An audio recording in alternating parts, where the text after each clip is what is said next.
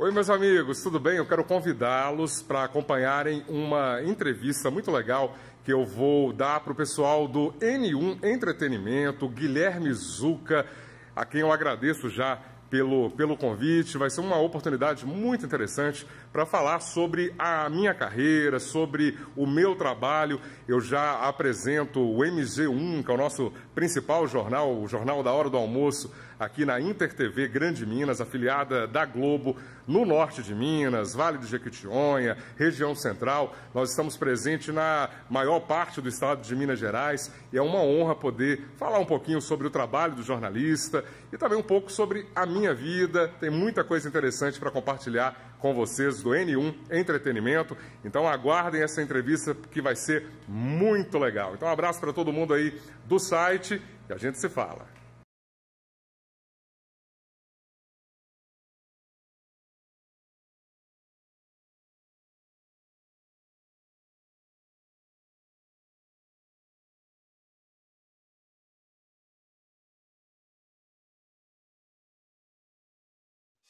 Muito boa noite para você que está chegando aqui em mais uma entrevista, dessa vez o nosso entrevistado é o Délio Pinheiro, da InterTV Grande Minas, ele que apresenta o MG1 de Montes Claros. Boa noite, Délio. Boa noite, Valentim, boa noite a todo mundo do N1 Entretenimento. Obrigado pela oportunidade. É sempre uma oportunidade bacana poder falar um pouco da nossa carreira, passar um pouco de informação aí para quem gosta, para quem acompanha o jornalismo televisivo. Eu sou apaixonado pelo jornal, pelo jornalismo, e é uma honra estar aqui com você. Exatamente, é um prazer também. Nossa equipe, a gente agradece pela sua disponibilidade de estar aqui falando com a gente. E a gente queria começar sabendo de onde você é. Você é do interior de Minas Gerais, nasceu aí ou veio de outro estado, se fixou aí? Como é que você chegou em Minas Gerais? Como foi que você nasceu aí? Eu sou mineiro, eu nasci numa cidade bem pequenininha aqui de Minas, uma cidade de 5.000 habitantes, chamada Serranópolis, em Minas. Serranópolis era distrito de uma outra cidade um pouco maior, que é Porteirinha. Então, eu fui nascer em Porteirinha porque Serranópolis não tinha maternidade, aliás, não tem até hoje. Então, eu fui nascer em Porteirinha. Então, eu cito essas duas cidades. Uma porque está no meu RG, que é Porteirinha, e a outra porque está no coração, é a minha raiz, a minha família mora lá, meu pai mora lá, que é Serranópolis. E, além disso, depois disso, eu vim morar na maior cidade do norte de Minas. Montes Claros é essa cidade, e aqui eu já moro há, sei lá, quase 20 anos, ou mais de 20 anos, e eu já me sinto super em casa aqui também. Pois é, aí a gente queria saber como que você descobriu a tua vocação para o jornalismo, era quando você era adolescente, quando era criança, como foi que você descobriu que o que você gostava de fazer era jornalismo, era comunicar? Olha, eu nem sabia que era especificamente jornalismo, eu era apaixonado por rádio, então talvez o entretenimento tenha surgido primeiro. Eu me lembro de acompanhar os programas da Rádio Mundial, que era uma rádio AM com som de FM, ouvia a Rádio Globo do Rio de Janeiro, a Itatiaia aqui de Minas também foi uma referência. Então, primeiro rádio, eu com 15 anos de idade, eu comecei a trabalhar numa rádio FM de Porteirinha. E só depois, bastante tempo depois, é que eu realmente fui para o jornalismo. Na TV, por exemplo, eu vou para 11 anos. Esse é meu tempo de jornalismo televisivo. Mas tudo começou no rádio. Mas quando eu era criança, eu era apaixonado por televisão também. Eu lembro que na minha infância eu não tinha como ídolos pessoas como o Chaves, os Trapalhões, não.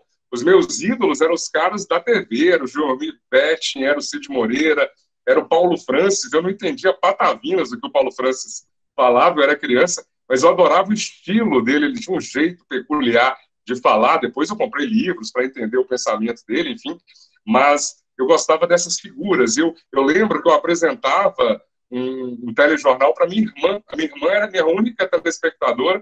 Eu punha uma caixa, né, de papelão na cabeça e imitava como se fosse um apresentador, falava boa noite, passava as notícias, e ela era a minha única telespectadora. Então, tá no sangue, digamos assim. Eu sempre gostei muito de comunicação. E quando eu descobri a TV, aí foi amor à primeira vista. É claro que não é aquela situação assim de conforto, muito pelo contrário, a situação, a gente trabalha duro, né? Mas é algo que eu gosto muito de fazer, adoro TV, adoro a comunicação de uma maneira geral. Aham. Aí, como que você estreou na televisão, por exemplo? Você passou por outra emissora, assim que você acabou a faculdade, você já foi direto para a InterTV, aí vários, como é que foi? Eu tenho uma experiência numa outra emissora, sim, só que eu fazia um programa completamente diferente do que eu faço hoje. Hoje eu apresento o MG1, que é o principal jornal da casa, é um jornal totalmente ao vivo, como todos os jornais da hora do almoço da Globo, numa referência, num estado que é enorme. Minas Gerais, só para ter uma dimensão, a InterTV, ela pode ser sintonizada em mais da metade de Minas, são 2 milhões de telespectadores, é um número bem expressivo. Mas antes de fazer o jornalismo televisivo, eu fazia entretenimento. Tem uma TV aqui na nossa cidade chamada TV Gerais, que agora até mudou de nome, chama TV Gazeta, e nessa TV Gazeta Norte Mineira eu apresentava um programa de clipes, cara, olha só que legal, já era uma coisa do rádio, né? Eu comecei a fazer rádio, de repente surgiu esse programa, e eu me lembro, isso foi há 12 anos aqui aproximadamente, eu me lembro que eu fazia também algumas matérias, algumas entrevistas, talvez eu tenha descoberto, né, esse desejo de fazer o jornalismo televisivo ali, brincando, entre aspas, aprendendo principalmente a fazer. E foi uma escola incrível, tudo que a gente passa, todo aprendizado que a gente acumula, ele é super bem-vindo. Aham. Aí você tem quantos anos de carreira? De carreira, ai, deixa eu ver, eu comecei com 15, eu tô com 42, vamos fazer as contas. Você é bom de conta, Valentim? Não, 27, não, né? não, não sei. 27 É, anos, por acho que é aí. isso. Tem uns 30 já. Pois é, já está há um tempo razoável, né? Com 15 anos, eu comecei muito novinho e eu me orgulho de ter feito essa trajetória. Eu falei, assim, rapidamente do rádio, mas eu sou muito grato ao rádio, cara. Eu adoraria fazer mais rádio. Claro que existem várias situações que impedem, mas talvez até no podcast, né? Talvez eu me reinvente aí através do podcast. Eu fui o precursor desse jeito de comunicação aqui na minha cidade. Eu já fazia podcasts 13 anos aqui atrás, numa época que ninguém ouvia, nem sabia o que era podcast. E agora que todo mundo ouve, todo mundo está fazendo, talvez seja o caso até de fazer um programa nesse sentido, né, um talk show, convidar algumas pessoas interessantes para bater um papo. De repente surgiu até uma ideia aqui, porque o rádio mudou, né? Hoje o rádio está presente nas plataformas, no streaming, e o podcast é muito bacana. Eu sou um grande ouvinte, né? Então, de repente surgiu a ideia. Aham. Aí, nesses mais de 20 anos de carreira, com certeza você teve alguma cobertura que te marcou, por exemplo, aquela do desastre em Mariana, a lama caiu no Rio Doce. Eu acredito que teve uma certa cobertura, já que o Rio Doce corta as cidades aí da região que a gente Grande Minas cobre, né? O Rio Doce, ele passa mais ali na região do Vale do Rio Doce. Eu me refiro a Valadares. Valadares, Governador Valadares é uma cidade que tem a InterTV. Só que só para você entender, geograficamente falando, aqui nós somos a InterTV Grande Minas. Ela cobre o norte de Minas, o noroeste, aquela região de Unai, próximo a Brasília. Ela vai até Pedra Azul, vai até próximo ali da Bahia, Espírito Santo. Mas essa parte dos vales, ela é da InterTV dos Vales, que é a nossa irmã, mas que fica lá em Ipatinga e em Valadares. Então, os nossos colegas da InterTV dos Vales, eles trabalharam demais, uma cobertura realmente muito, muito forte. Mas eu me lembro que essa tragédia, ela mexeu com todos nós. Nós fizemos muitas pautas aqui para falar sobre cuidados. Nós temos muitas barragens aqui no norte de Minas, então criou-se uma grande fonte de pautas, né? Como é que estão os nossos reservatórios, como é que estão essas situações em caso de um rompimento. E depois você se lembra que a gente acabou tendo, numericamente falando, uma tragédia ainda pior, que foi a de Brumadinho. A de Brumadinho foi terrível, porque aí foram mais de 100 mortes. Até hoje nós temos 10 vítimas que não foram encontradas naquele mar de lama lá de Brumadinho. E, mais uma vez, a gente fez muitas matérias aqui. Eu, particularmente, não cheguei a fazer especificamente lá na região. Muitos colegas de afiliados foram para ajudar a nossa equipe da Globo Minas, que aí eu estou falando da Globo Minas, que é aquela região central, mas, enfim. Mas teve uma pauta específica que a gente apanhou a possibilidade desses detritos de Brumadinho caírem num rio aqui da região que iria para uma cidade da nossa área, que é Três Marias. Três Marias tem uma represa do Rio São Francisco e havia esse receio de que caísse lá e seria uma tragédia também se isso acontecesse. Mas, graças a Deus, não foi o caso, ou até pelo fato de ter muita água, acabou dissipando e nem chegou a ser sentido, não.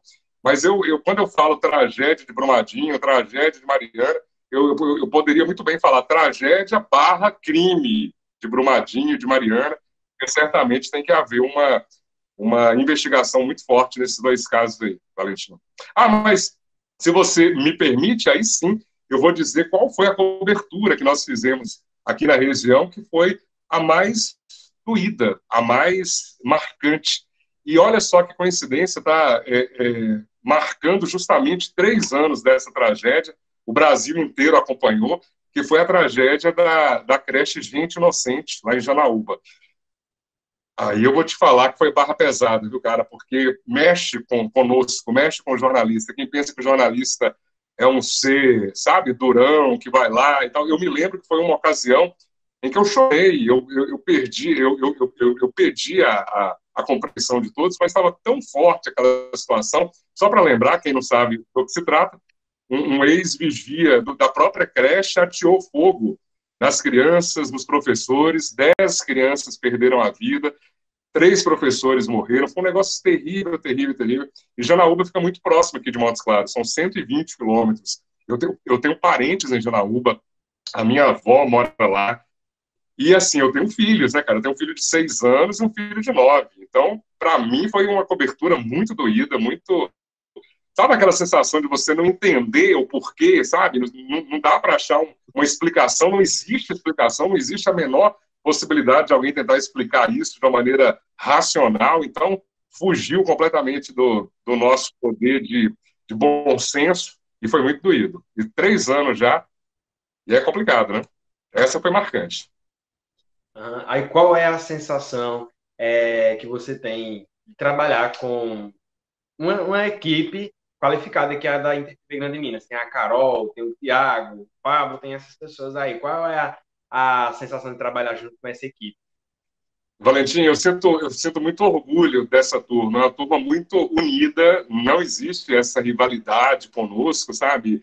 Cada um quer que o outro brilhe mesmo, apareça, isso é muito legítimo, a gente vibra com o sucesso de cada um, eu tenho comigo isso bem forte, eu gosto muito dos meus colegas, e é um trabalho em equipe, é um trabalho difícil, nós não temos a estrutura técnica, eu não estou falando nada que não seja aconselhável, não, mas nós não temos a mesma estrutura da Globo Minas, mas eu tenho certeza que o que a gente entrega ao final, com muita garra, com muita determinação, é algo muito parecido, sabe? Tão bom quanto, baseado muito nessa abnegação, nesse desejo de cada um de fazer o jornalismo. Se você não tem a melhor estrutura, você tem que ter a melhor força de vontade, a melhor disponibilidade para fazer as coisas. E nós conseguimos fazer muitas coisas legais aqui. E o interessante é que quando eu entrei na TV, quase 11 anos atrás, nós não tínhamos, salvo 2 colegas mais antigos, todos os repórteres mais novos tinham vindo de outras afiliadas, vindo de outras regiões de Minas.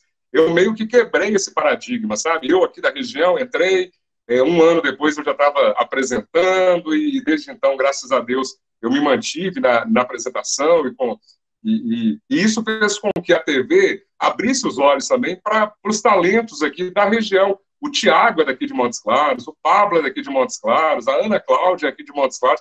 Então, passou, eu acho que eu fui responsável, entre aspas, para abrir de novo essa perspectiva e hoje nós temos uma mão de obra extremamente qualificada e extremamente identificada, porque as pessoas percebem pelo jeito de fazer, pelo conhecimento profundo sobre as coisas da nossa terra, da nossa gente. A Carol não é do norte de Minas, mas é da região ali de Caratinga, é mineira, embora tenha nascido no Rio de Janeiro, mas ela cresceu em Minas, é uma mineirinha assim. Então a gente tem essa equipe muito bacana, eu sou muito feliz de poder colaborar junto com eles.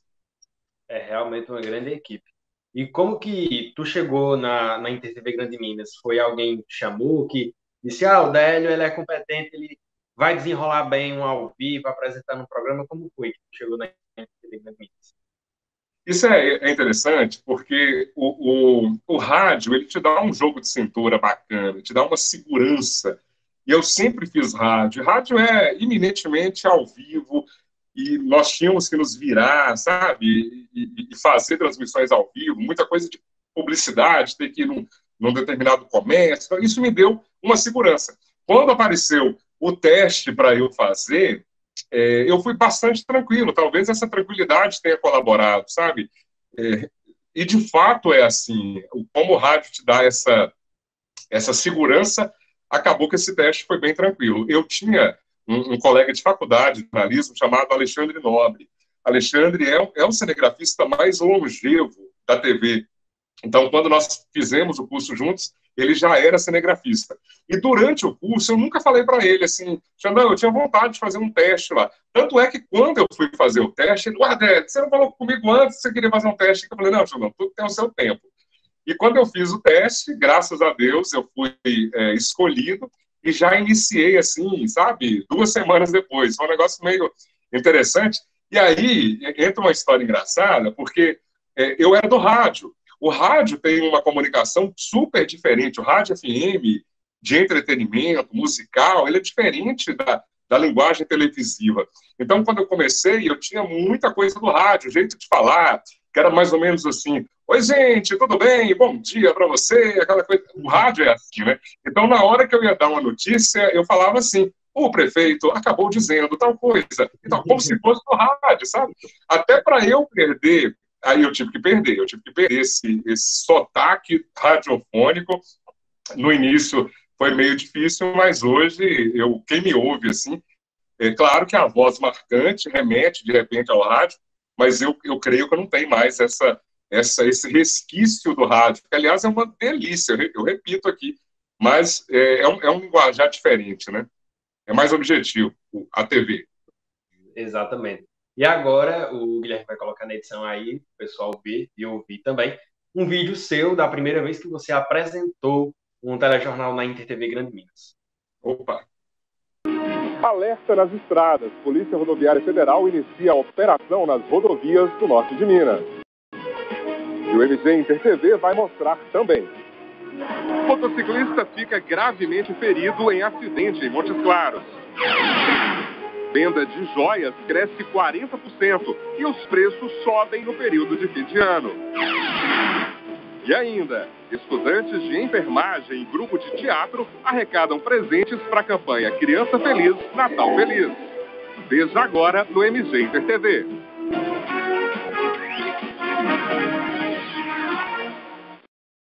Boa noite.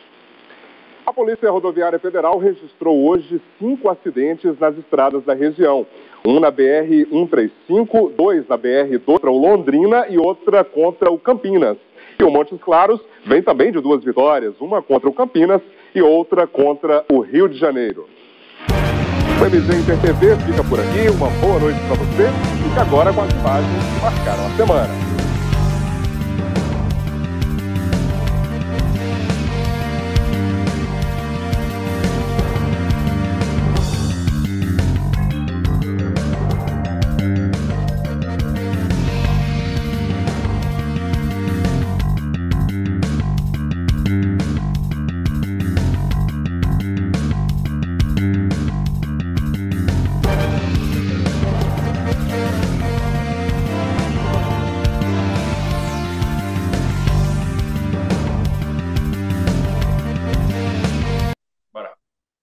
Pois é, vocês viram aí como que era a apresentação. Esse é o nosso estúdio anterior.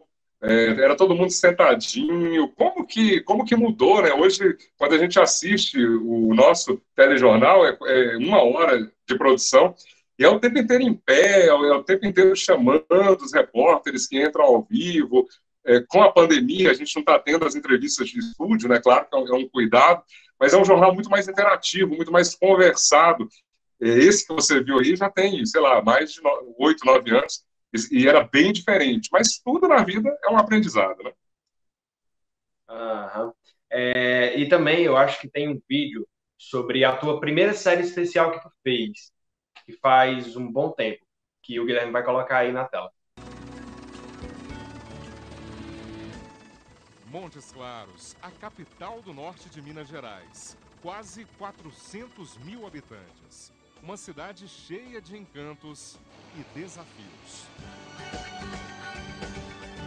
No transporte, a locomotiva da economia já não é mais o trem do sertão. Nos eixos das carretas circulam riquezas pelo segundo maior entrocamento rodoviário do país. Teríamos que ter porto seco, né, mais estrutura para guardar e distribuir essa carga que nós não temos aqui. Desenvolvimento que tem a Sudene como protagonista. Com ela, nasceu o Distrito Industrial e as empresas que tornaram este lugar uma terra de oportunidades. Aqui na região, a Sudene colocou mais de 5 bilhões de dólares. Para se ter uma ideia, ainda hoje, mais de 90% do IPI da região é com projetos que foram incentivados pela Sudene. O ICMS, mais de 60% ainda hoje.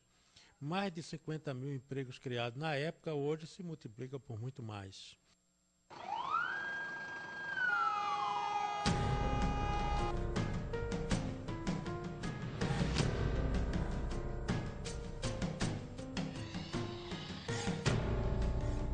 Em Montes Claros chegam ambulâncias de todo o norte de Minas. O caos na saúde é um contraste ao progresso nesse setor.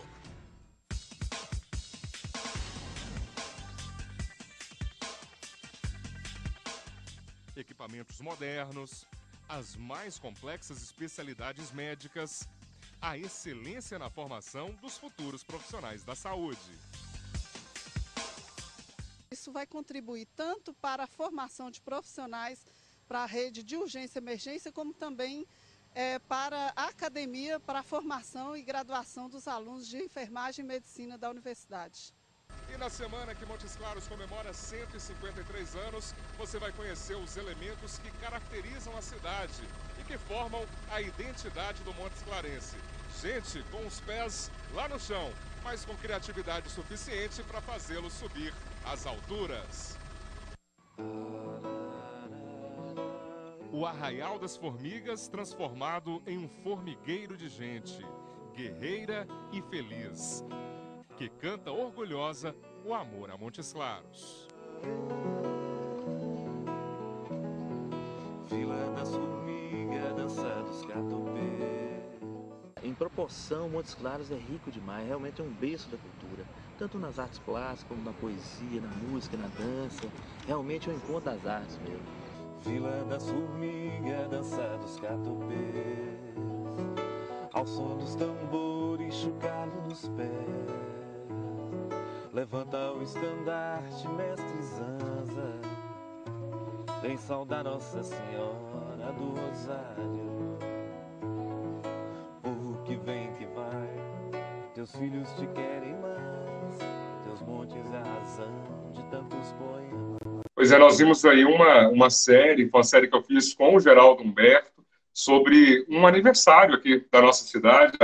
A cidade Montes Claros é uma cidade de referência, é a quinta maior cidade de Minas Gerais, uma cidade com cerca de 400 mil habitantes, não é uma cidade pequenininha, muito pelo contrário, é uma cidade polo.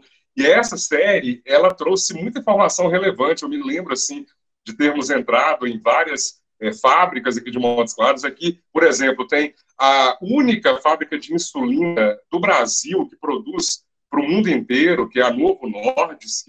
Lá na TV, a gente não pode falar nome de marca, não, mas aqui só para o pessoal situar, dá para falar assim. Aqui tem também uma outra empresa que é o Leite Moça, né, que é a Nestlé, que também fabrica o Leite Moça para o Brasil inteiro. Ou seja, são várias empresas bastante fortes, e nós quisemos mostrar essa força do empresariado, da economia, e foi uma série muito bacana, essa que nós fizemos aí. Pronto. O Guilherme está perguntando aqui uma pergunta interessante. Como que é o Délio fora da TV? Quais são os seus hobbies, as coisas que você gosta de fazer, a tua rotina em casa, assim, o que você gosta de fazer? Bom, olha só, talvez até essa imagem minha aqui, ó, já consiga representar o que eu gosto de fazer. Aqui do lado, você vê os livros, eu sou apaixonado pela leitura. Eu acabei de participar do TEDx, no qual eu coloco o prazer de ler como uma vantagem competitiva, está disponível no YouTube para quem quiser ver. Do lado de cá, ó, já deu para ver que eu adoro música também. Aqui são alguns dos meus heróis, ó, Chico, Renato Russo, Janis Joplin, Milton Nascimento, John Lennon, Bob Dylan, Elis Regina, Jimi Hendrix, David Bowie, Jim Morrison, Raul e essa fera maravilhosa aqui. Bom, então é isso. Só para vocês entenderem como é que... Esqueci o lugar ali, gente, eu vou lembrar. Mas eu adoro música, tem Beatles aqui também. Então eu adoro ouvir música, eu adoro participar com os meus filhos de ouvir música, eu adoro ler, eu adoro também passear, fazer viagens. Aliás, o Nordeste é o lugar que a gente mais gosta de viajar, conheço vários estados do Nordeste, e quem sabe, depois de passar tudo isso, a coisa que eu mais quero fazer, se Deus quiser, vai ser voltar a viajar, fazer uma viagem bem longa com a minha família. São as coisas que eu gosto de fazer. Uhum. Eu passei uma vez aí por Montes Claros, uma vez que eu estava indo para São Paulo, e eu vi que era uma cidade bem desenvolvida, bem organizada, bem bonita. E aí a gente queria saber também como é a tua rotina indo para a emissora, que horas você entra, como é que você prepara o jornal, a tua equipe lá, como é tudo? Bom, o trabalho do jornalista hoje é um trabalho muito difícil. Igual eu falei, eu não tenho a primazia de ser, por exemplo, apenas o apresentador. Tem gente que pensa que é assim, mas não. É um trabalho bem pesado. Eu entro às 7 da manhã, eu faço uma matéria, vou para a rua, geralmente com o cinegrafista Fábio Alexandro. Nós vamos juntos para essa matéria. Por volta de 10h30, eu já estou de volta à TV para escrever off e para me preparar para o jornal. Aí eu começo a apresentar o jornal com a Juliana Goraeb. O jornal entra no ar meio-dia e vai até por volta de 1h da tarde. Quando dá 1h da tarde, eu ligo a terceira fase, que é quando eu me torno um produtor. Nessa hora, eu vou preparar uma pauta para o dia seguinte, que, em geral, eu mesmo executo. Então, são 3 funções, 3 em 1. A gente é repórter, a gente é apresentador e nós somos também produtores. E o jornalismo tem sido cada vez mais dessa maneira, né? Temos que fazer vários papéis nesse novo jornalismo, digamos assim. É bem assim a rotina. E tu já apresentou, por exemplo, o MG2, o Inter TV Notícia, cobrindo as férias, a folga de alguma pessoa? Eu já apresentei todos os telejornais, MG2, Inter TV Notícia. Eu só não apresentei o nosso Inter TV Rural, que é o programa que é o equivalente ao Globo Rural que nós temos local. Esse eu nunca apresentei, mas todos os demais eu já tive essa honra. Muita experiência. E em uma palavra, uma frase, como que você define, a pergunta do Guilherme, que ele está mandando no chat, como você define e diferencia o MG1 dos demais telejornais da concorrência, por exemplo? É o que diferencia o MG1 dos outros telejornais? Bom, o nosso MG1 é um jornal muito, mas muito presente na vida das pessoas. Seja através do jornalismo comunitário, seja através das cobranças que nós fazemos. Nós temos um link direto com as pessoas através do WhatsApp, as pessoas entram, mandam mensagens. E eu creio que o nosso diferencial é mostrar todos os assuntos, mas sem, sabe, aquela predileção pela tragédia. Eu não estou fazendo uma crítica a outros canais, mas eu estou dizendo que nós não fazemos isso. E é uma opção que realmente faz a diferença. Nós somos líderes de audiência de maneira indiscutível aqui na nossa cidade, na nossa região, uma audiência realmente muito, muito certa e graças a isso, graças a essa interação, graças ao fato da gente fazer um jornalismo que nós gostaríamos, enquanto telespectadores, também de assistir. Eu tenho muito esse cuidado de fazer algo que, se fosse o contrário, eu estivesse do outro lado, eu teria o gosto em ver. E nós melhoramos muito isso, porque além da cobertura da nossa cidade, hoje nós temos vídeo-repórteres em Curvelo, que é uma cidade, uma referência aqui na região central de Minas. Temos um outro lá, que é o Igor lá em Unai, que é uma região enorme, que é o noroeste de Minas, ele entra também com informações todos os dias. Então, a gente tem essas duas cidades e mais toda a nossa equipe aqui, e que faz com que o nosso jornalismo, além de trazer as coisas da cidade de Montes Claros, ele também tem uma pegada regional muito forte. E essa identificação, eu creio que seja o nosso grande trunfo. Então, Délio, nessa época de pandemia, todos os dias a gente vê os jornalistas noticiando tantas mortes por dia, e a gente sabe que se você repetir muito isso todo dia, inclusive a Alane Vargas agora mais cedo, quando a gente estava entrevistando ela falou que a gente não pode absorver apenas as notícias ruins. E aí, como é que tá sendo lidar, por exemplo, dizendo, tantas mortes por dia, tá difícil, como é? Que é dar essas notícias e não absorver tanta coisa ruim para si. Essa parte é realmente muito triste, porque nós ficamos realmente num dilema. Você não pode jamais deixar de noticiar que alguém perdeu a vida, ainda mais nesse momento que a pandemia é a principal cobertura. Eu diria que você tem que equilibrar as coisas, sabe? Nós temos cuidado, por exemplo, de, ao trazer a informação de que nós temos 2 ou 3 novos casos fatais, óbitos, a gente sempre reforça, mas, por outro lado, sei lá, 8.000 pessoas já se recuperaram da doença, é tentar fazer esse equilíbrio, mas não é fácil não é fácil porque, com o passar do tempo, acontece o seguinte, os números, eles acabam se tornando nomes, pessoas, você acaba se envolvendo ao fazer uma reportagem, conhece alguém que perdeu a vida, então não é uma atividade essencial, não existe sociedade sem um jornalismo livre, sem um jornalismo compromissado com a verdade, então é necessário ir para a rua. Então sempre tem aquele receio, mas eu diria que é sempre trazer também algo novo, algo esperançoso em meio a essa situação tão terrível que nós estamos vivendo. Uhum. E junto com essa pandemia veio também as fake news. A Alane teve uma vez que ela estava apresentando o telejornal, que é o Jornal do Almoço de Santa Catarina, da Globo, lá de Santa Catarina. Eu estou com um probleminha no áudio, eu estou te ouvindo bem, mas é com relação